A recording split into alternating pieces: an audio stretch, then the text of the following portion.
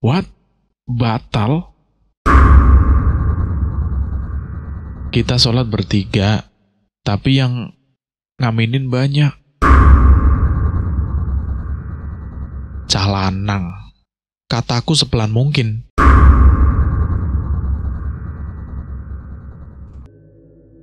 Assalamualaikum warahmatullahi wabarakatuh. Jumpa lagi bareng Bobby di Lentera Hitam. Tentunya masih menceritakan cerita misteri pendakian gunung. Pada kesempatan kali ini saya akan menceritakan kisah terbaru. Cerita ini ditulis oleh Nesya Fitri yang berjudul Si Manis Gunung Cikuray. Terima kasih buat penulis yang sudah mengizinkan kami untuk menceritakan kisah ini. Bagaimana keseruan kisahnya? Kita langsung saja ke ceritanya. Cerita horor dimulai.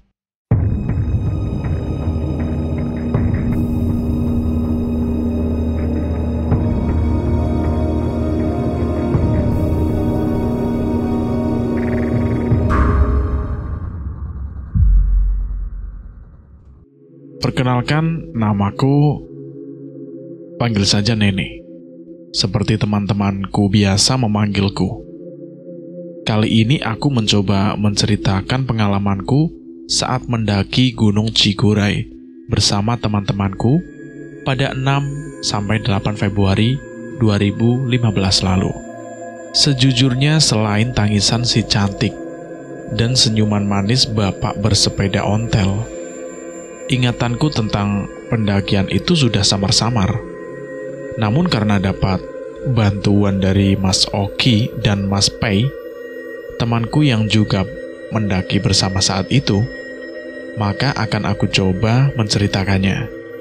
Oh ya, beberapa nama aku samarkan karena beberapa alasan demi privasi kebaikan kita bersama. Oke, lanjut ke ceritanya. Tanpa terasa malam semakin larut. Sedang aku masih asik duduk di depan Lepi yang selalu menemaniku menjelajah dunia digital dengan informasi tanpa batasnya. Gunung Papandayan. Informasi itulah yang saat itu kucari.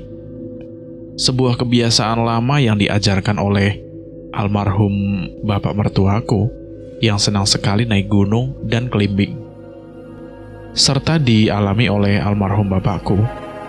Jadi tiap kali aku naik gunung atau sekedar jalan-jalan, aku pasti selalu mencari informasi tentang tempat yang akan aku datangi. Kala itu HP-ku berbunyi. Ada pesan masuk dari HP-ku. "Dut, kayaknya kita nggak jadi ke Papandayan deh."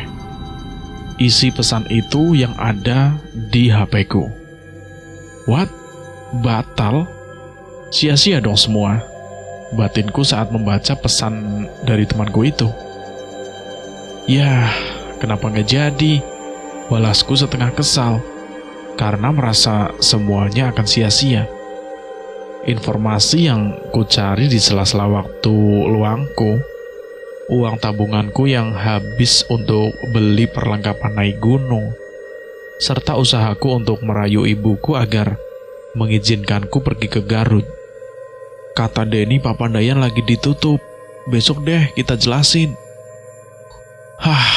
Mengesalkan sekali.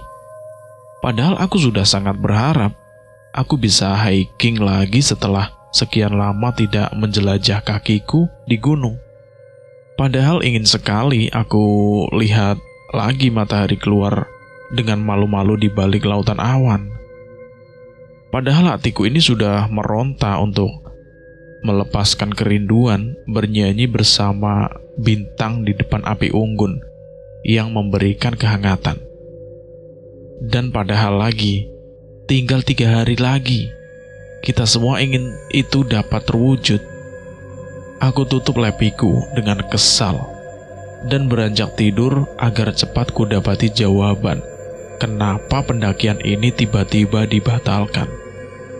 Woi, kenapa dibatalin? Tanyaku pada si Anam tanpa basa-basi saat aku tiba di kosannya. Anam dan Pai ngekos di satu rumah namun beda kamar. Karena kosan mereka letaknya strategis, jadi bisa dijadikan base camp oleh teman-temanku. Papandayan ditutup karena ada relokasi pedagang, katanya kepadaku. 2,3 juta gue melayang, percuma dong buat beli peralatan kemarin. Tenang sih Mbak Nei, kita tetap pergi kok, jawabnya singkat. Ntar aja jelasin, tunggu yang lain. Males gue jelasin berkali-kali, kata si Anam. Pertanyaan dan jawaban yang sama selalu terlontar setiap kali temanku datang. Kita nggak jadi ke Papandayan, jadinya ke Cikuray, kata Anam setelah semua sudah berkumpul. Cikuray? Tanyaku serempak dengan Richard dan Jesse. Iya, Cikuray. Tinggal nyebrang doang kok. Sama-sama di Garut. Jawabannya enteng. Tapi mas, gila kali ya. Gue udah lama kagak hiking. Masa tahu-tahu Cikuray? Jawabanku setengah tak percaya. Acara pendakian kali ini merupakan pendakian pertama untuk Pei, Riket, Jesse, dan Oki. Walaupun bukan pendakianku yang pertama, namun terakhir kali aku menjejakkan kaki ke gunung adalah tahun 2005, alias 10 tahun yang lalu. Dan tiba-tiba sekarang, setelah semua tulang sudah susah diajak untuk kompromi, aku disuruh untuk hiking ke gunung yang bikin denggul pendaki berpengalaman sekalipun pingin nangis. Rasanya ingin sekali aku batalkan saja pendakian ini.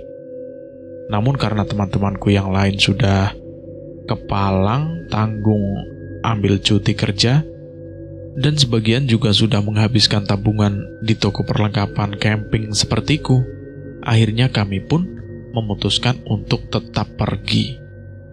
Di tengah hiruk-pikuk rutinitas harianku, tak sempat lagi ku cari informasi tentang Cikuray. Satu-satunya hal yang ku ingat dari temanku yang pernah mendaki Cikuray adalah jangan ngecamp di puncak bayangan.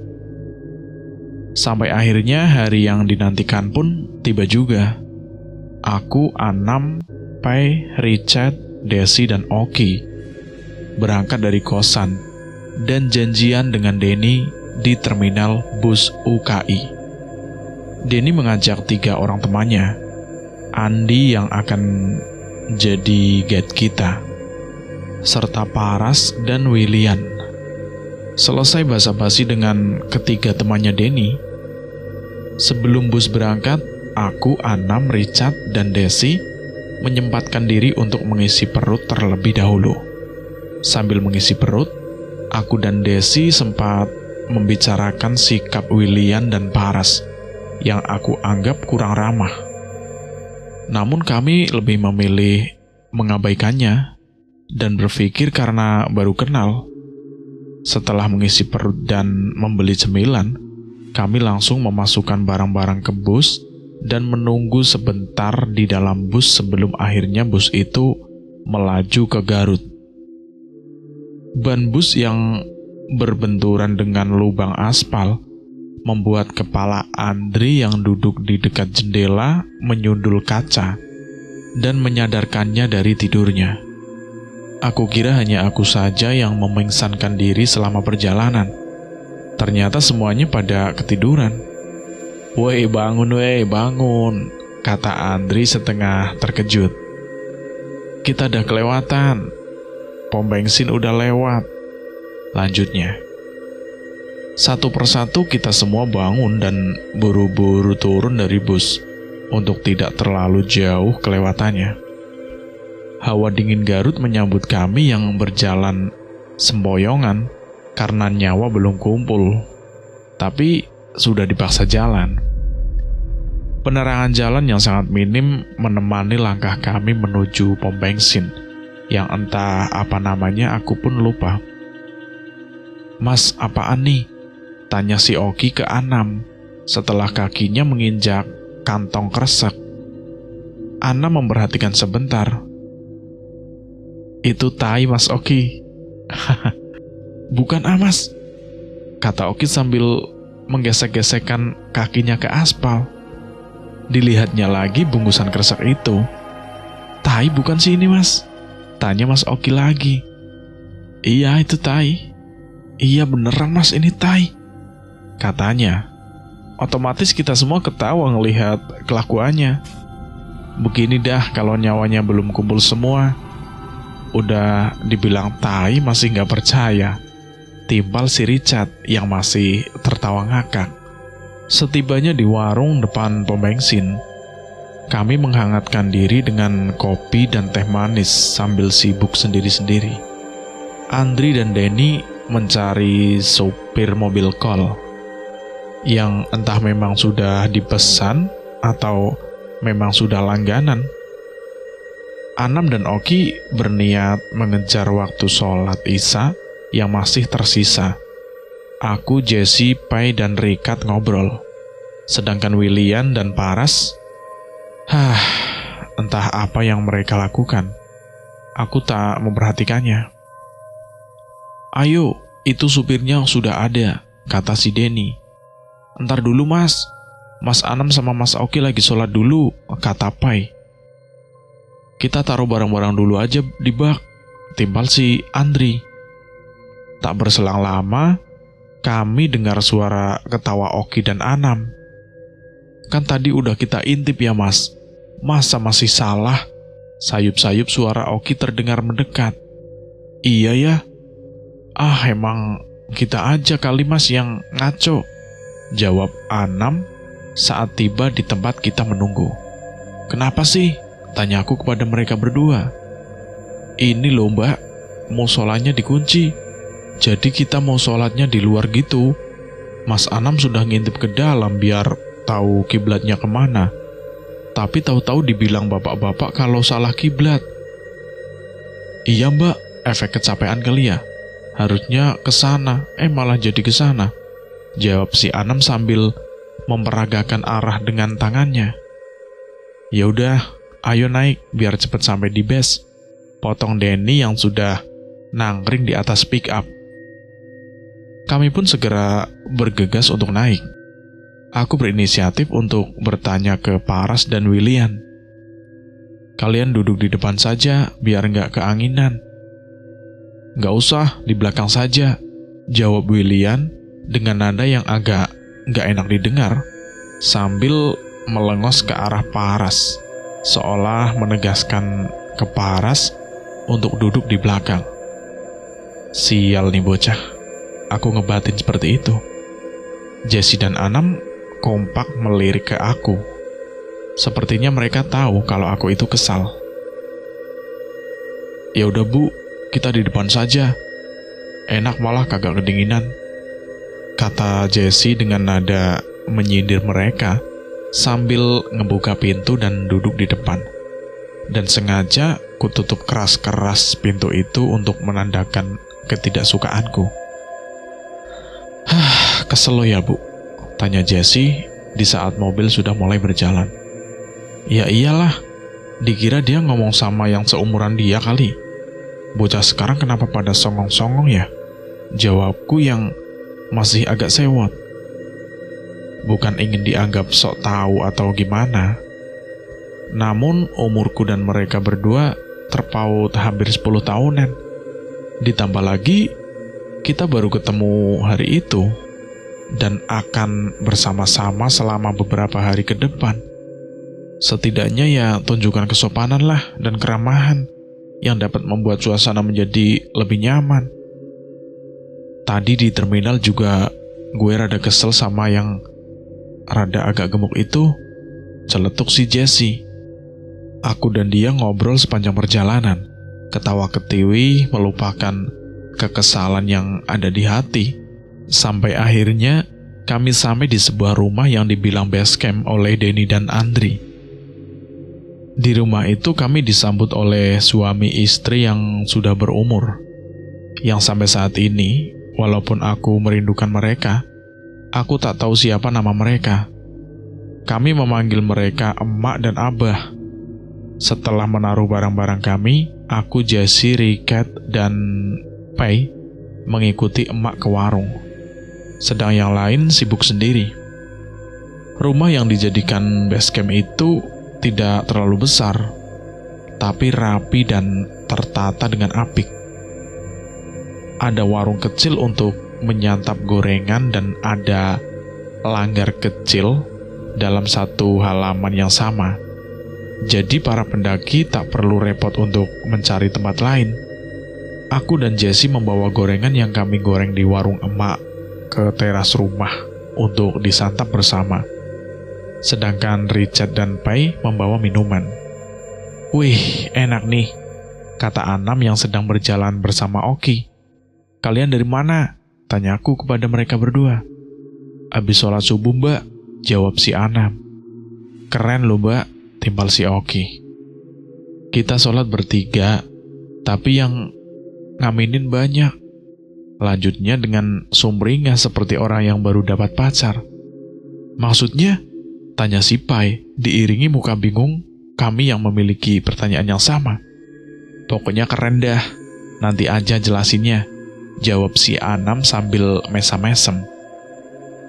Tanpa terasa matahari sudah terbit, dan kami pun bersiap melakukan pendakian. Sebelum pendakian dimulai, tak lupa kami berdoa mohon perlindungan dari Yang Kuasa, serta pamit pada emak dan abah. "Mak, kami pamit naik dulu ya. Nanti setelah turun kami kesini lagi." "Iya, Neng, hati-hatinya. Jangan lupa berdoa di jalan ya, biar lancar sampai turun lagi."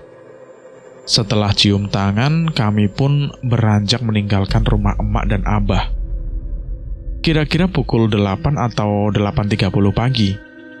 Saat kami memulai perjalanan, kami jalan berlahan sembari berbincang dengan menikmati pemandangan. Tak lupa bertegur sapa dengan para petani yang lalu lalang di jalur yang sama dengan kami. Sekitar 1 jam sudah kami berjalan, tapi kami masih di perkebunan warga. Ya maklumlah, jalur yang nanjak terus membuat paru-paru para penghisap si super kempas-kempis. Karena di sini tidak seramai perkebunan yang di bawah tadi, kami berniat beristirahat sebentar di sini. Namun sayup-sayup aku mendengar suara perempuan menangis dari kejauhan. Tanpa berniat mencari sumber suara, kusenggol Anam dengan memberikan isyarat lanjut, dan sepertinya dia paham maksudku. "Kita jalan lagi yuk. Berhentinya di atas lagi saja," katanya. Ada yang nangis ya?" kata William tiba-tiba. "Angin kali. Dah buruan lanjut," kata Richard berusaha mengalihkan. "Enggak ah, suaranya dari sebelah kanan. Kiri deh," katanya sambil celingak-celinguk mencari sumber suara itu. "Bawel lo, udah buruan jalan," sahut si Richard setengah kesal. "Ya elah nih bocah, alamat dah nih mah," batinku dengan firasat yang sudah tak enak. Padahal sebelum berangkat, Anam sudah bilang untuk tidak ngomong apa-apa kalau melihat atau mendengar sesuatu. Bahkan si Oki sempat bercanda, "Ntar saya bisikin ke Mas Anam." "Ke Mbak Nei aja Mas Oki," timbal Pai dan diiyakan Richard.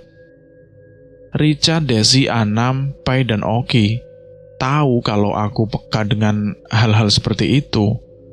Bahkan terlalu peka, entah itu sebuah berkah atau sebuah masalah, aku juga tidak tahu.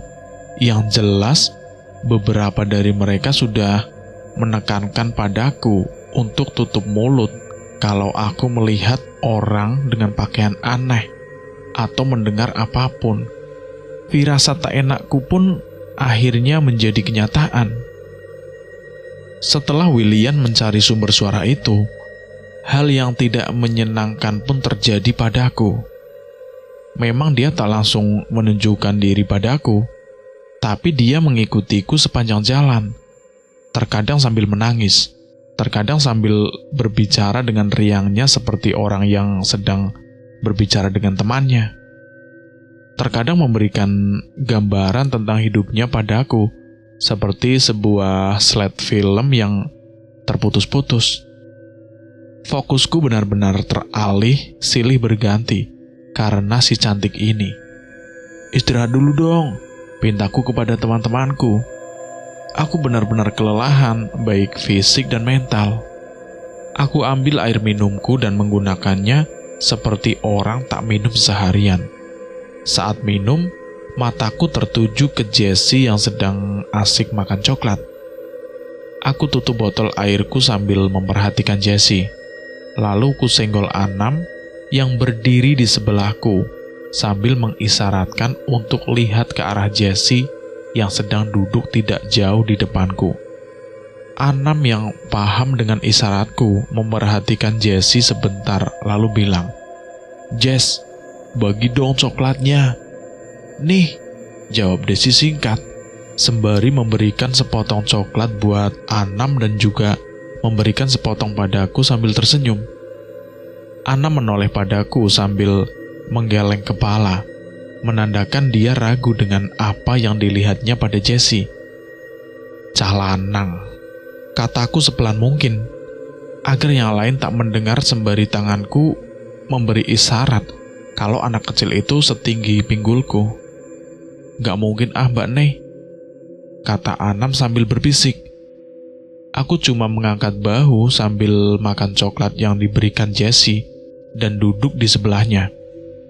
Entah mungkin karena masih penasaran atau bagaimana, Anam mencoba meminta coklat lagi ke Jessie.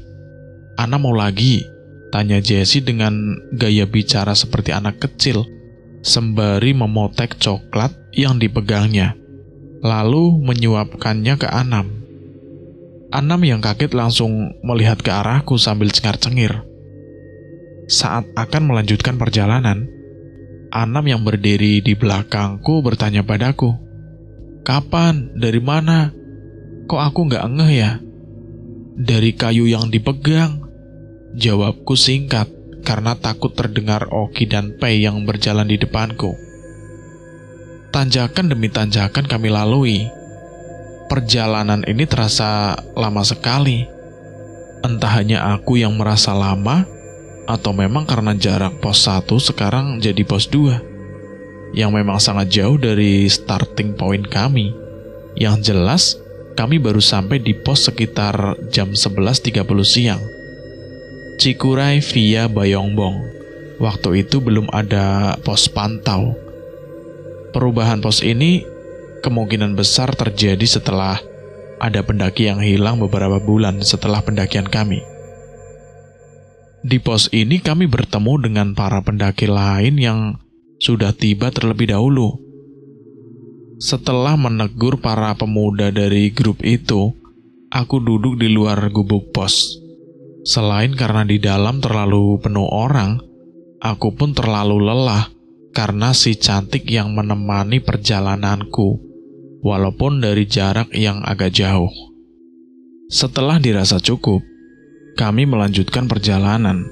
Medan yang semakin aduhai pun kami lewati.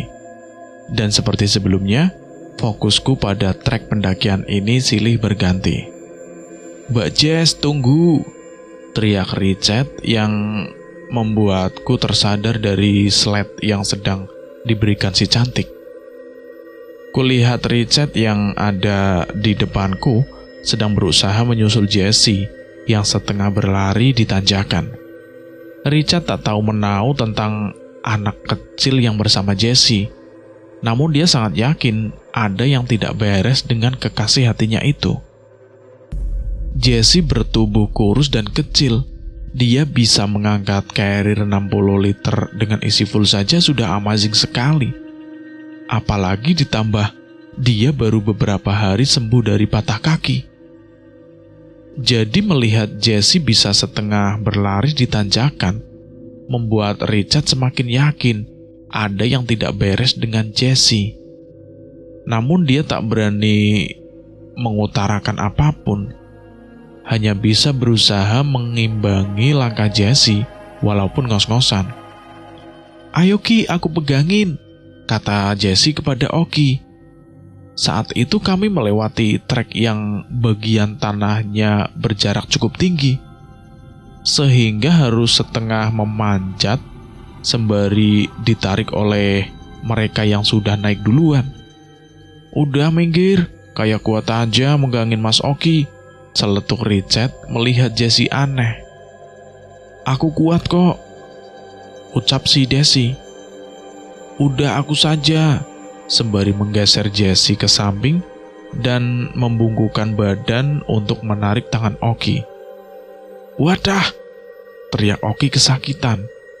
Tanah yang dijadikan pijakan oleh si Oki blurukan menyebabkan dia tergelincir dan cedera pada pergelangan kakinya. Itu kalau dilihat oleh mata telanjang. "Gak apa-apa Mas?" tanya si Anam. "Gak Mas, cuma kayaknya tadi kaki saya ketekuk, jadi agak sakit." "Bisa naik gak Mas? Tak gendong sini," lanjut si Anam. "Wes, bentar, tak coba lagi naik sendiri," kata Oki sambil memutar-mutar engsel kakinya. "Ayo Bang Richard, coba lagi," kata si Oki ke Richard. "Ayo," jawab Richard bersiap-siap menarik Oki lagi. Saat Oki sedang mengambil ancang-ancang untuk naik, kulihat anak kecil itu ingin menarik lagi kaki Oki. "Mas Oki," panggilku sebelum Oki naik sambil melotot dan menggeleng pelan ke arah anak kecil itu. "Kenapa Mbak?" tanyanya sambil menengok. "Gak jadi," jawabku. Setelah Oki naik, aku pun naik dan terakhir Anam. Kami duduk sebentar untuk melihat keadaan kaki Oki. Setelah memastikan semuanya aman, kami pun melanjutkan perjalanan. Semakin mendekat pos 2, sekarang menjadi pos 3 sepertinya. Semakin hilang fokusku. Kepalaku semakin berat, ditambah lagi sled si cantik yang semakin membuatku tambah ingin menangis. Oki, Anam, dan bahkan Pei yang saat itu tak berani melihat mukaku, sampai menyanyikan hampir 1 jilid lagu-lagu kemerdekaan agar aku tetap semangat. Mulai dari Satu Nusa Satu Bangsa sampai Indonesia Raya, mereka nyanyikan dengan lantang bak paduan suara saat 17 Agustus di Istana Negara. Namun sayangnya aku sudah tidak sanggup lagi. Akhirnya memutuskan untuk membuat tenda darurat di pos 2. Semakin mendekati pos 2, sekarang pos 3 sepertinya. Semakin hilang fokusku. Kepalaku semakin berat. Ditambah lagi sled si cantik yang semakin membuatku tambah ingin nangis. Oki, Anam, bahkan Pei yang saat itu tidak berani melihat mukaku, sampai menyanyikan hampir 1 jilid lagu-lagu kemerdekaan agar aku tetap semangat. Mulai dari Satu Nusa Satu Bangsa sampai Indonesia Raya, mereka menyanyikan dengan lantang bak paduan suara saat 17 Agustus di Istana Negara. Namun sayangnya, aku sudah tak sanggup lagi. Akhirnya, kami memutuskan untuk membuat tenda darurat di pos 2. Setelah tenda dibikin di space yang mepet, diiringi hujan yang mulai turun, para laki-laki membuat perapian untuk memasak, sedang aku dan para perempuan menghangatkan diri di dalam tenda. Saat menunggu mereka masak, aku sempat tertidur dan bermimpi. Di dalam mimpiku itu, aku sedang duduk di bangku di dalam sebuah gubuk yang bentuknya hampir mirip dengan gubuk yang ada di pos 1.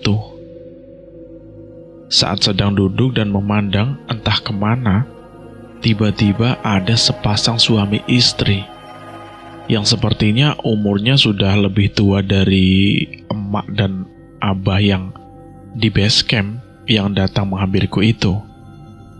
Beliau berdua mengucap salam dan bertanya, sedang apa aku di sini? Aku katakan kalau aku sedang melakukan pendakian dengan teman-temanku. Di dalam mimpiku itu, Kami tertawa dan membicarakan banyak hal, namun tak banyak yang dapat ku ingat setelah aku bangun. Kalimat yang dapat aku ingat dari pembicaraan itu hanya pesan dari mereka berdua. Pesan kakek, lakukan seperti apa yang sudah diniatkan. Jangan pernah berbelok-belok, kecuali jika niatmu buruk, lebih baik diurungkan. Itu pesan si kakek. Lalu pesan si nenek, semakin ke atas semakin banyak halangan. Lanjutkan jika kamu kuat. Berhenti dan berdoalah jika merasa berat. Insya Allah, Neng dan teman-teman dilindungi. Jessie membangunkanku dan membawakan minuman hangat untukku. Jess, gua minta coklat dong, kataku yang melihat dia asik makan coklat. Dah habis bu, tinggal ini, sambil cengar-cengir dan menunjukkan sepotong coklat yang sedang digigitnya. Kue coklat dah kalau enggak. Habis juga. Udah habis semua. Iya bu, kata Jessie sambil senyum-senyum. Lapar apa bagaimana lo? Di tas gua ada sekotak lagi. Tolong ya ambilin, kataku setengah ketawa setengah terperangah juga. Sebelum berangkat aku membeli coklat 2 kotak yang isi 3 batang, dan coklat satunya lagi yang berisi 3 batang. Jessie dan Richard sendiri bawa coklat 3 batang. Kai bawa kue coklat sisa kue ultahnya 1 kotak. Dan entah kenapa, batang coklat biasa yang dia bawa, belum lagi coklat yang satunya lagi yang dibawa Oki dan Anam. Jessie masuk lagi sambil membawa coklatku, tapi dengan muka agak cemberut. Lo nape Jess? Tanyaku kepada si Jessie. Dia menjelaskan dengan singkat dan setengah berbisik tentang kejadian di luar. Namun, belum selesai dia berbicara, Paras masuk dengan membawa Indomie dan disusul Wilan. Sepertinya hujan di luar tenda semakin deras. Beberapa kali rintikan-rintikan berhasil memasuki tenda. Jessie meminta Richard untuk menambal bagian-bagian yang bocor dengan lakban yang kami bawa. Jessie menunjuk dari dalam, sedang Richard melakukannya dari luar. Satu persatu bagian-bagian ditambal oleh Richard, sampai akhirnya Jessie menunjuk satu bagian yang ada di belakang tenda. Dari dalam tenda aku bisa melihat bayangan Richard yang sedang berjalan untuk menambal bagian itu. Tapi tiba-tiba, dia seperti setengah berlari dan melemparkan lakban ke dalam tenda. Tambal dari dalam aja, Hun, ujar dia pada Jessie. Jessie yang terlihat sedikit kaget melihat ke arahku dan tak lama tersenyum sambil membuka gulungan lakban itu. Sambil menunggu hujan reda dan menunggu kondisi badanku lebih baik, kami merundingkan untuk tetap naik atau turun. Aku yang merasa tidak enak pada mereka, berkata pada mereka jika mereka ingin melanjutkan perjalanan untuk puncak. Lanjutkan saja, aku akan menunggu mereka di sini. Tak masalah bagiku untuk menunggu sendiri di sini, walaupun sebenarnya tak sendirian. Namun gagasanku langsung ditentang oleh Richard dan Anam dan Pai. Richard dan Jessie lebih memilih turun, sedang William dan Paras tetap ingin melanjutkan perjalanan. Kita bisa barengan sama rombongan yang tadi naik, kata William. Memang benar, beberapa waktu yang lalu ada rombongan pendaki yang kebetulan naik dan turun lewat jalur ini juga. Jika mengejar rombongan pendaki yang baru saja naik, pasti akan kekejar. Namun sepertinya Denny ragu-ragu untuk mengikuti rombongan itu, karena akhirnya dia juga memilih untuk turun. Emang berapa lama lagi, Den, buat sampai ke pos berikutnya? Tanyaku kepada si Denny yang ingin keluar dari tenda. Kata Andri paling lama setengah jam lagi, Mbak, jawabnya sambil keluar tenda. Kalau kalian masih mau lanjut ya nggak apa-apa, gue di sini aja sendiri, kataku pada Jessie, William, dan Paras yang ada di dalam tenda. Tahu gini mah, tadi jalan duluan aja sama pendaki yang baru naik, kata William sambil melihat keluar tenda tanpa tahu Jessie sedang menatapnya dengan rasa tidak percaya dan kesal. Anak-anak udah setuju turun, Bu. Yang mau naik biarin aja naik sendiri, celetuknya dengan kesal. Paras yang mungkin merasakan aura kekesalan yang menguasai tenda, memilih untuk keluar tenda tanpa mengucapkan apa-apa. Dan tak lama, Willan pun mengikutinya keluar. Kalau mau naik ya terserah sih, cuma gue nggak nanggung kalau ada apa-apa di atas, kataku pada Jessie. Emangnya kenapa, Bu? Ya nggak apa-apa sih, tapi kalau mau pada turun ya lebih bagus, ucapku kepada Jessie lagi. Embe nyuruh turun, Bu. Dari tadi dia kayak marah. Kaget juga mendengar Jessie berbicara seperti itu. Ingin rasanya kutanya saat itu juga dari mana dia tahu kalau kakek-kakek satu ini sedang dalam kondisi bad mood. Namun aku urungkan niatku untuk bertanya dan hanya mengangguk saja. Bingung ya soal MP. MP itu panggilanku untuk salah satu kakek yang menemaniku sejak aku lahir. Jadi menurut mereka yang mengerti tentang ilmu-ilmu spiritual, ada dua sosok yang mengajakku sejak aku kecil. Namun kebanyakan orang hanya mampu melihat sosok yang aku panggil si Mbah. Sedang sosok si MB ini hanya terlihat seperti siluet lampu neon saja. Dan sepanjang ingatanku, hanya abang angkatku dan Devin, ponakanku, yang bisa melihat sosok MB dengan sempurna. Akhirnya tenda telah dirapikan. Kami semua memilih untuk turun. Saat hendak turun, Jessie terlihat sedang sedikit berargumen dengan Willan perihal kayu yang dijadikan tongkat. Richard coba menenangkan Jessie. Jessie yang sudah kepalang kesal langsung mengambil kayu yang dia pakai saat naik tadi dari William dengan sedikit menariknya dan langsung berjalan menghampiriku. "Ayo Bu, kita jalan," ucapnya dengan raut wajah yang masih kesal.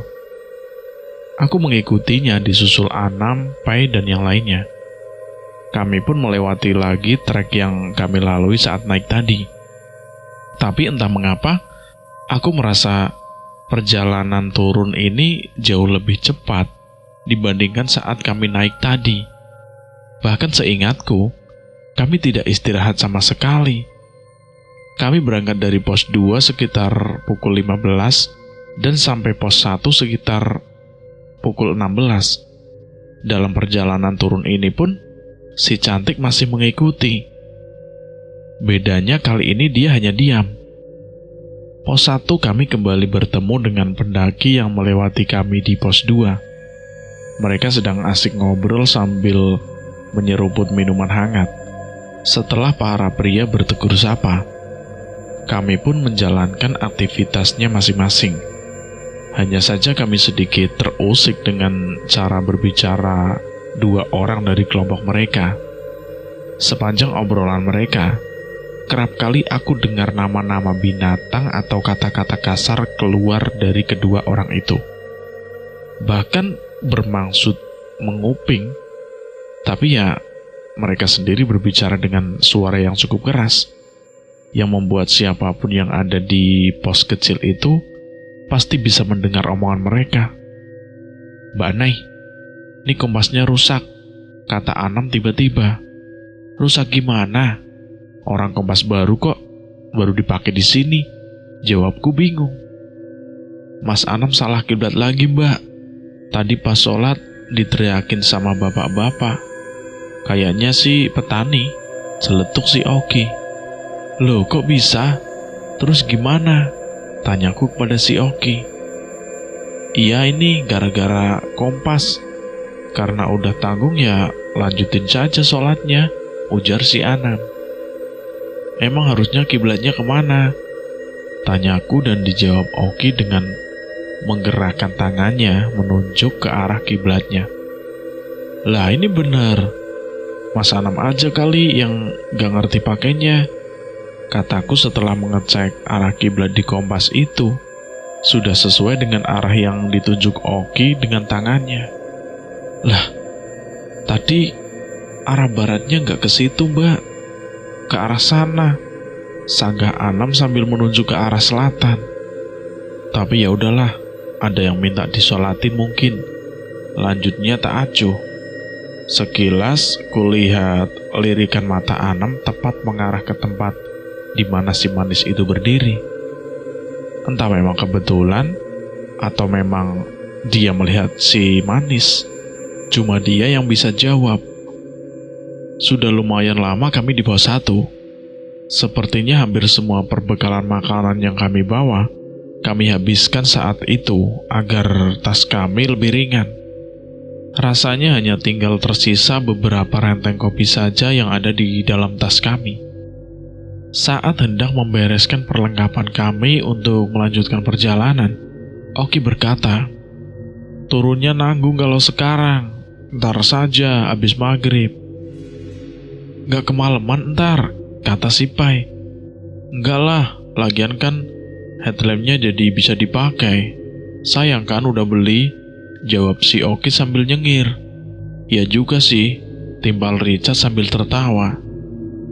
Setelah sholat maghrib, kami pun melanjutkan perjalanan kami. Istirahat yang cukup lama dan perbekalan yang sudah ludes masuk ke dalam perut membuat kondisi kami kembali fit seperti awal lagi. Sinar-sinar dari headlamp yang kami gunakan menyinari perjalanan kami turun.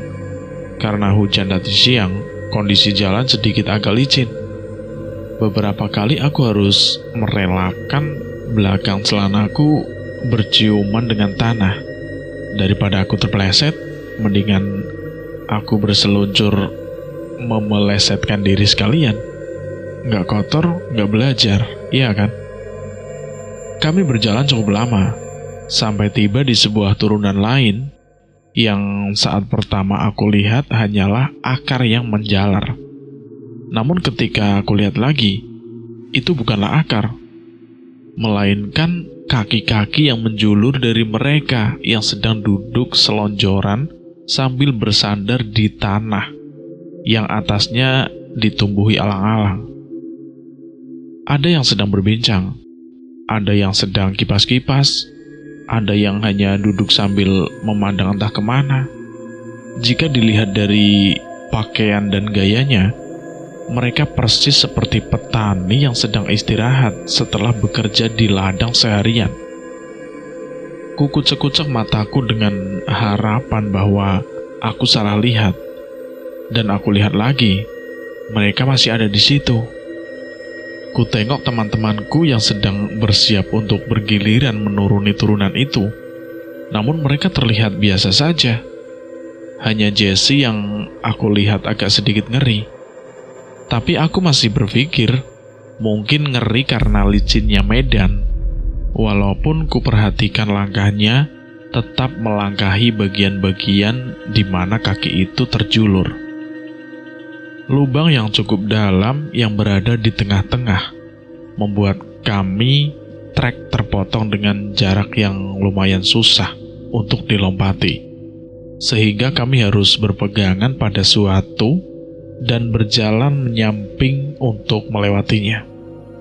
Satu persatu dari kami mengikuti Andri secara bergantian, sampai tersisa William, aku, dan Anam di belakang. William pun mengikuti gerakan Andri. Hanya sayangnya dia pegang dahan yang berbeda dengan yang dipegang si Andri dan yang lainnya. Dan itu bukan hanya dahan, melainkan lengan salah satu sedang duduk di situ. Ketika William hendak melangkah dengan berpegangan pada itu, entah karena apa, tapi tiba-tiba saja dia terjatuh, membuatku sedikit tercekat kaget, namun kutahan teriakanku. Andri dan Denny membantu William berdiri, sedang dahan putus yang dipegang William dibuangnya begitu saja. Aku diam terperangah melihatnya. "Ayo mbak, giliran mbak," Anam menyadarkanku. "Aduh, permisi, cucu numpang lewat mbah," ucapku dalam hati. Aku berpegangan pada dahan yang beneran aku lihat dahan, namun tetap saja aku melewati dia. Jadi gue coba melihat ke bawah agar mataku tidak bertemu pandangan dengan dia. "Matiin headlampnya, babi, ngerapet," teriak Andre tiba-tiba. Setelah sekitar setengah jam kami berjalan, sontak kami pun semua berjajar merapatkan diri dan setengah bersandar pada undakan tanah yang ada di sebelah kanan kami. Dari kejauhan ada sesuatu yang menyerupai mata berwarna merah. Saat semakin dekat, Andre dengan setengah berbisik meminta kami mengeluarkan pisau atau garpu yang kami bawa. Dengan kepanikan itu, tiba-tiba handphone Richard berbunyi. "Aduh, siapa ini yang nelpon?" ucap Richard dengan panik. Bahkan saking paniknya, dia sampai lupa cara mematikan HP-nya sendiri. Alhasil, hanya dibekap speakernya sambil telepon itu mati sendiri. Dengan berburu-buru, dia mengeluarkan peralatan makan lipatnya. Namun bukannya pisau atau garpu, malah sendok yang dikeluarkannya. Setelah dirasa cukup kondusif, kami pun kembali melanjutkan perjalanan. Kami berjalan sambil menahan tawa karena ulah Richard tadi. Turunan demi turunan kami lewati. Beberapa kali persimpangan pun kami lewati. Walaupun rasanya simpangan itu sama bentuknya, tapi tak terlalu kupikirkan. Karena aku yakin Andri pasti lebih paham. Andri sebagai guide kami, perlahan tapi pasti merasa kelelahan dan merasa kalau ranselnya semakin berat. Akhirnya di sebuah persimpangan yang bentuknya hampir mirip saat kami melihat mata tadi, Andri meminta untuk berhenti sebentar. Di bagian yang tanahnya agak lebar, Andri terlentang dengan menggunakan carrier sebagai penumpu punggungnya. Kulihat dia berbicara dengan Richard dan Denny. Namun aku tak mendengar apa yang dibicarakan mereka. Sedang yang lain bersandar pada tanah yang seperti dinding dengan alang-alang di atasnya. Jalur ini masih merupakan jalur turunan. Jalan setapak, di sebelah kanan adalah tanah padat seperti dinding setinggi 1 meteran dengan alang-alang yang tumbuh di atasnya. Sedangkan di sebelah kiri bisa dikatakan jurang jika menurut kalian itu jurang. Namun yang jelas jarak antara tempat kami berdiri sampai ke tanah di bawah kami sekitar 10-15 meter. Dan sepertinya itu bekas tanah pertanian yang dipakai warga, karena banyak sayuran mati berserakan di bawahnya.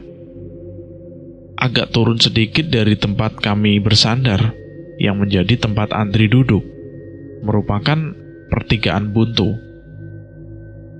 Tanah yang agak lebar di sebelah kiri dan jalan setapak ke arah kanan yang mengarah ke sebuah bangunan bekas gubuk dengan tenda warna biru. "Bentar ya, jalan kayaknya disilang-silang," kata si Andre. Kami yang mendengar hanya bisa menunggu Andre sambil bersandar. Sekalian istirahat, ku dengar Oki, Anam, dan Pai berbicara. Namun aku tak memperhatikan apa yang dibicarakan oleh mereka. Bagian yang agak bawah, kulihat Richard yang sedang menarik tas Jesse dan setengah menariknya untuk berdiri tepat di tengah pertigaan. Tempat di mana sekarang Andri sedang berdiri. Entah apa yang mereka bicarakan, aku pun tidak tahu. Sambil menunggu, aku melihat sekelilingku. Kukira si cantik ini sudah tidak mengikutiku, karena tak lagi ku dengar tangisan atau rengekannya. Ternyata dia sedang berjongkok di atas kami. Kubuang pandanganku ke arah lain. Kulihat Andre, Richard, dan Jesse yang berdiri bersebelahan. Di depan mereka ada 2 orang ibu-ibu berpakaian petani. Yang satu agak muda, sedang menggendong seorang anak di sebelah kirinya. Yang satunya lagi sedang memegang bakul dengan gembolan kain yang terikat di belakangnya. Dari tempat itu aku melihat mereka seperti sedang berbicara dengan kedua ibu ini. Oh, dia nanya jalan kali, batinku. Terbukti selang beberapa detik Andre memberikan instruksi. Ayo jalan. Ibu-ibu itu pun seperti hendak berjalan ke arah kami. Itu ibu-ibu pada lewat mana ya? Perasaan gua kagak miringin badan, batinku. Seperti yang aku gambarkan sebelumnya, jalan ini jalan setapak yang di sebelah kiri jurang atau lubang dalam. Jadi jika 2 orang lewat dari arah yang berlawanan, pasti harus saling memiringkan badan. Sedang aku tak merasa pernah memiringkan badanku, dan pertigaan itu pertigaan buntu. Tanah padat seperti dinding setinggi 1 meteran dengan alang-alang yang tumbuh di atasnya. Sedangkan di sebelah kiri bisa dikatakan jurang jika menurut kalian itu jurang. Namun yang jelas, jarak antara tempat kami berdiri sampai ke tanah di bawah kami sekitar 10-15 meter. Dan sepertinya itu bekas tanah pertanian yang dipakai warga, karena banyak sayuran mati berserakan di bawahnya. Agak turun sedikit dari tempat kami bersandar, yang menjadi tempat Andre duduk, merupakan pertigaan buntu. Tanah yang agak lebar di sebelah kiri dan jalan setapak ke arah kanan yang mengarah ke sebuah bangunan bekas gubuk dengan tenda warna biru. Bentar ya, jalan kayaknya disilang-silang, kata si Andre. Kami yang mendengar hanya bisa menunggu Andre sambil bersandar. Sekalian istirahat, ku dengar Oki, Anam, dan Pai berbicara. Namun aku tak memperhatikan apa yang dibicarakan oleh mereka. Bagian yang agak bawah, kulihat Richard yang sedang menarik tas Jesse dan setengah menariknya untuk berdiri tepat di tengah pertigaan. Tempat di mana sekarang Andre sedang berdiri. Entah apa yang mereka bicarakan, aku pun tidak tahu. Sambil menunggu, aku melihat sekelilingku. Kukira si cantik ini sudah tidak mengikutiku, karena tak lagi ku dengar tangisan atau rengekannya. Ternyata dia sedang berjongkok di atas kami. Kubuang pandanganku ke arah lain. Kulihat Andre, Richard, dan Jesse yang berdiri bersebelahan. Di depan mereka ada 2 orang ibu-ibu berpakaian petani. Yang satu agak muda, sedang menggendong seorang anak di sebelah kirinya. Yang satunya lagi sedang memegang bakul dengan gembolan kain yang terikat di belakangnya. Dari tempat itu aku melihat mereka seperti sedang berbicara dengan kedua ibu ini. Oh, dia nanya jalan kali, batinku. Terbukti selang beberapa detik Andre memberikan instruksi. Ayo jalan. Ibu-ibu itu pun seperti hendak berjalan ke arah kami. Itu ibu-ibu pada lewat mana ya? Perasaan gua kagak miringin badan, batinku. Seperti yang aku gambarkan sebelumnya, jalan ini jalan setapak yang di sebelah kiri jurang atau lubang dalam. Jadi jika 2 orang lewat dari arah yang berlawanan, pasti harus saling memiringkan badan. Sedang aku tak merasa pernah memiringkan badanku, dan pertigaan itu pertigaan buntu. Jadi ya tak mungkin juga kedua ibu itu ke sana. Ya sudahlah, aku tak ingin ambil pusing lagi. Ku kembalikan fokusku ke jalan setapak agar dapat mengimbangi langkah teman-temanku. Sepertinya Indri sudah mendapat kembali fokusnya, karena perjalanan kami menjadi lebih cepat dari sebelumnya. Bahkan sampai ada jarak yang lumayan jauh antara kami. "Tunggu, tunggu!" teriak si Denny dari belakangku. "Berhenti dulu, ngampret-ngampret lah, tunggu yang lain," ujar si Andri. Bagian depan ada Andri, Jesse, Richard, William, Paras, dan aku. Di belakang agak jauh dari tempatku berdiri, ada Anam, Oki, Pai, dan juga Denny. "Kenapa, Den?" tanya si Pai. "Headlampnya mati, gua kagak kelihatan jalannya." "Coba lihat," ujar Pai memberikan senter pada Denny dan membuka tempat baterai headlamp Denny. Mencoba mengganti baterainya. Saat Pai sedang mencoba mengganti baterai, Oki menunggu mereka dengan jarak beberapa langkah di depan. Oki mendengar sebuah suara.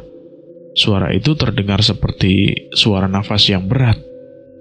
Tak hanya sekali didengarnya, bulu kudu Oki pun meremang dan membuatnya ingin buru-buru pergi.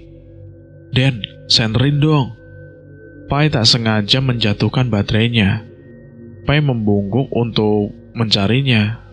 Namun saat kepalanya tepat di antara kedua kakinya, dilihatnya kuntilanak sedang terbang sambil menyeringai ke arah mereka, seolah-olah sedang mengejar mereka.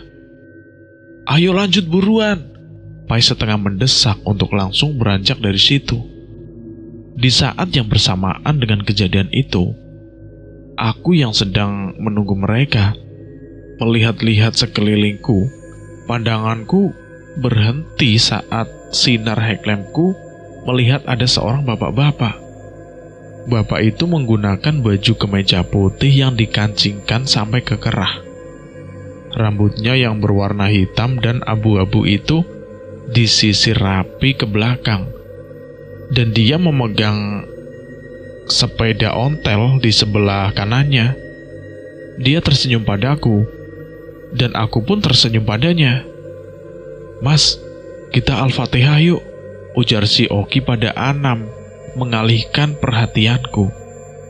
Tak lama, Andre meminta kami untuk melanjutkan perjalanan lagi. Sambil berjalan, pikiranku terus saja melayang ke bapak yang baru saja aku temui itu. Bapak-bapak di kebun kopi, bawa sepeda ontel, gak bawa senter. Keren juga ya, batinku. Entah itu beneran bapak-bapak atau itu sama seperti mereka yang duduk di turunan sebelahnya itu. Ya sudahlah, tak kupusingkan lagi.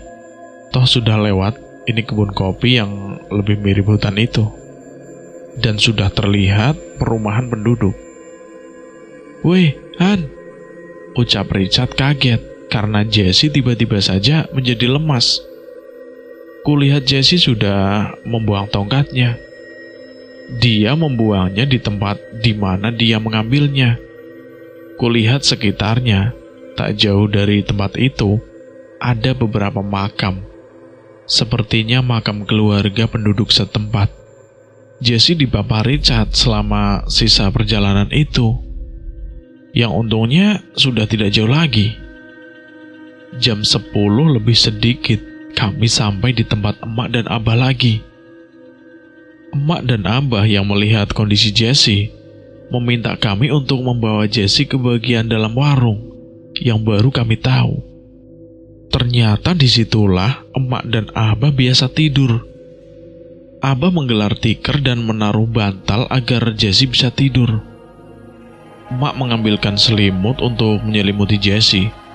Richard memijat kaki Jesse sambil menanyakan kondisi pujaan hatinya itu. Tiba-tiba, aku teringat sapu tangan yang selama ini aku bawa.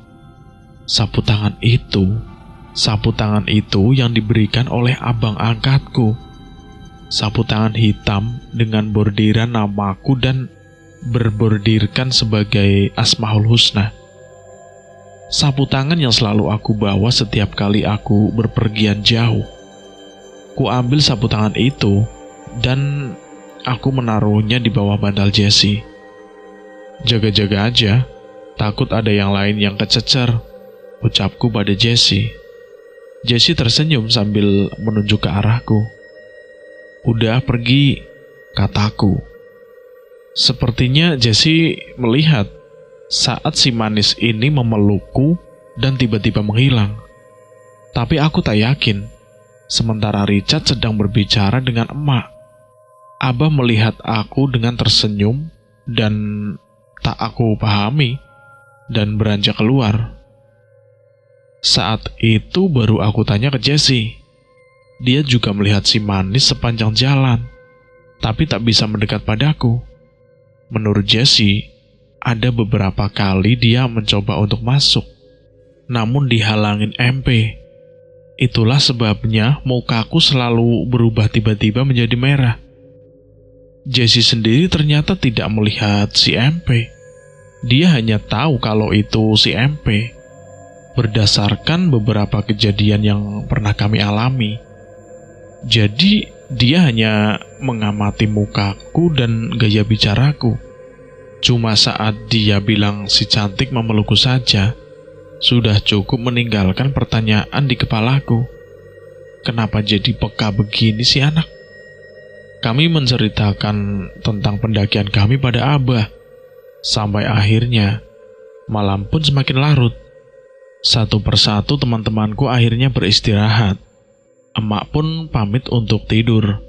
Richard masih menemani Jessie, dan aku masih asik ngobrol dengan Abah. Abah bilang kepada aku, "Rombongan kalian disayang sama yang di atas. Jarang ada pendaki yang lihat.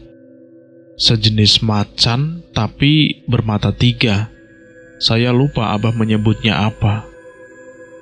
Jadi ternyata mata merah yang kata kami itu babi hutan ternyata bukanlah babi hutan.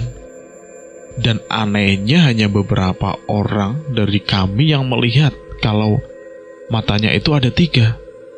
Yang lain melihatnya tetap dua. "Memangnya itu apa, Bah?" tanyaku kepada si Abah. "Di sini, itu dipercaya sebagai leluhur yang ada di atas gunung, dan gak semua orang bisa lihat itu. Berarti kalian disayang sama mereka. Cuma ada satu yang mereka gak suka, jelasnya." "Siapa, Mbah?" tanyaku. Namun Abah tak mau menjawab pertanyaanku. Beliau malah mengalihkan pertanyaanku.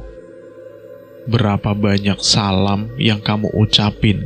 tanyanya padaku. "Maksudnya, Mbah?" tanyaku tak mengerti. "Kamu pas nyampe di sini, permisinya sama siapa saja? Ngucap salamnya ke siapa saja selain ke Prabu?" tanya si Abah. Jujur saja, aku sedikit terkejut Abah bertanya seperti itu. Dari mana dia tahu? "Ini, Bah, Prabu Siliwangi, Kian Santang, Pangeran Bapak dan Waliwuh yang lainnya yang ada di Garut, Bah." Memang saat tiba di Garut, saat perjalanan ke pom bensin, aku menyempatkan diri untuk mengucapkan salam dan mengirimkan Al-Fatihah untuk mereka, seperti yang selalu diajarkan oleh almarhum Bapak. "Kenapa Neng bisa mikir sampai ke sana?" Diajarkan Bapak saya, Bah. Bapak dulu pernah bilang, setiap wilayah pasti ada yang menjaganya. Jadi hal yang pertama harus dikulonuwunin ya yang jaga wilayah. Makanya sekarang jadi kebiasaan, Bah." "Pantes disayang," kata Abah sambil ketawa lepas. Obrolan kami terhenti saat emak memanggil Abah untuk istirahat. Akhirnya aku pun kembali ke tempat teman-temanku tidur. Singkat cerita, mentari sudah hampir sampai di tempat teratas saat ku buka mata ini. Jam 10.45 pagi. Ingin rasanya ku pejamkan mata ini lagi. Hanya saja aku malu pada kokok ayamnya Abah yang sedang asik mematuki tanah di halamannya. Akhirnya kupaksakan untuk duduk. Kulihat teman-temanku sudah pada asik di warung. Dengan mata yang masih meremelek, aku hampiri mereka. "Neng, kopinya iji," ujarku pada Jessie yang sedang membantu emak menggoreng tempe dan sudah terlihat lebih baik. "Minum air dulu sono, langsung ngopi," kata Jessie. Aku hanya menjulurkan tanganku sambil merengkuh di bangku depan pintu warung. Kopi dan gorengan sudah siap disantap, dan barang-barang pun sudah kami rapikan. Kami sudah siap untuk pulang ke Jakarta. Saat yang lain sibuk foto-foto, aku, Jessie, Richard, Paras ada di warung masih asik ngobrol dengan emak. Emak bilang pada kami kalau jarang sekali Abah mau ngobrol dengan rombongan pendaki, apalagi sampai ketawa ngakak dan bergadang seperti semalam. Emak pun bilang kalau rombongan kami disayang. Hanya saja ada satu yang tidak disukai oleh mereka, yang di atas. Ketika kami tanya siapa orangnya, emak langsung menunjuk salah satu dari teman kami. Tak perlulah sebutkan siapa. Cukup kami yang tahu saja.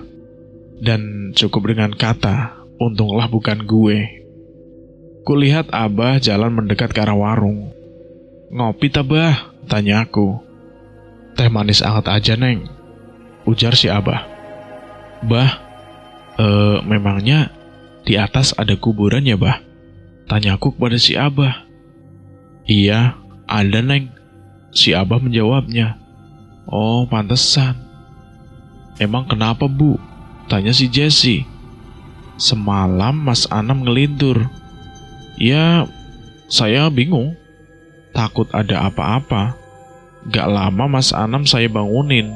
Si William juga ngelindur, tapi tangannya kayak orang main pencaksilat gitu." "Mas Anam sama Mas William kenapa, Bu?" "Si Mas Anam ngimpi di atas ada 5 kuburan berjejer. Terus dia baca doa kayak orang lagi ziarah aja. Kalau si William kagak tahu dah. Cuma gua bangunin doang. Males gua mau nanya-nanya," lanjutku, dan diakhiri dengan cengiran kuda. "Iya, di atas ada kuburan, Neng. Tapi misah-misah. Nggak berjajar 5. Di dekat pos 1, berapa itu ada makam suami istri. Di pos lainnya, sama di puncak juga ada," lanjut si Abah. "Apa jangan-jangan itu kakek nenek yang ada di mimpi gua itu?" "Oh, mungkin itu," batinku saat Abah bilang ada makam suami istri di atas sana. Tapi ya sudahlah. Yang perlu aku ingat hanya pesan dari mereka saja. Pesan yang diberikan dalam canda dan tawa singkat di mimpiku. Tentang siapa dan apa mereka tak jadi masalah untukku. "Oh, sama itu, Bah. Emang di atas ada air terjunnya ya, Bah?" tanyaku lagi kepada si Abah. Namun kali ini Abah hanya tersenyum saja dan berjalan menjauh dari warung tanpa menjawab pertanyaanku. "Air terjun apaan, Bu?" tanya si Jessie saat kami berpandangan. Bingung dengan arti senyum Abah. Di salah satu slide yang dikasih lihat itu cewek, ada air terjunnya. Kataku yang hanya bisa memandang keluar halaman. Akhirnya pickup yang menjemput kami untuk ke terminal pun datang. Tiba waktunya kami untuk pulang ke Jakarta, berpamitan dengan Abah dan emak. Betapa besar rasa terima kasihku kepada emak dan Abah atas semua keramahan dan perhatian mereka selama kami di sini. Beberapa hari kemudian setelah pulang, kami kumpul kembali di tempat Anam dan Pai. Di situ salah seorang temanku yang tidak ikut mendaki juga ikut datang. Oki menunjukkan sebuah foto padaku. "Ini bukan yang Mbak Nel lihat?" "Iya, Mas." Aku agak sedikit terkejut Oki bisa punya foto itu. Kami pun menceritakan kembali cerita kejadian itu. Suara menangis yang kami semua dengar kecuali Oki. Slide-slide yang ditunjukkan si manis, termasuk kepanikan Richard saat HP-nya tiba-tiba nyala. Saat Andri bilang kalau jalurnya kayak silang-silang, di situ aku melihat Richard menarik tas Jessie. Ternyata kata Richard, dia lihat anak kecil yang sedang menarik-narik tongkat Jessie untuk mengikutinya. Di waktu yang bersamaan, Pai bertemu dengan 2 orang pendaki yang nyasar. Posisi dia waktu itu memang yang paling belakang. Saat ingin diajak untuk turun bareng, pendaki itu diam saja dan terus jalan. Sedangkan 2 orang ibu-ibu itu yang melihat bukan cuma aku. Hanya saja versi penglihatan kami berbeda.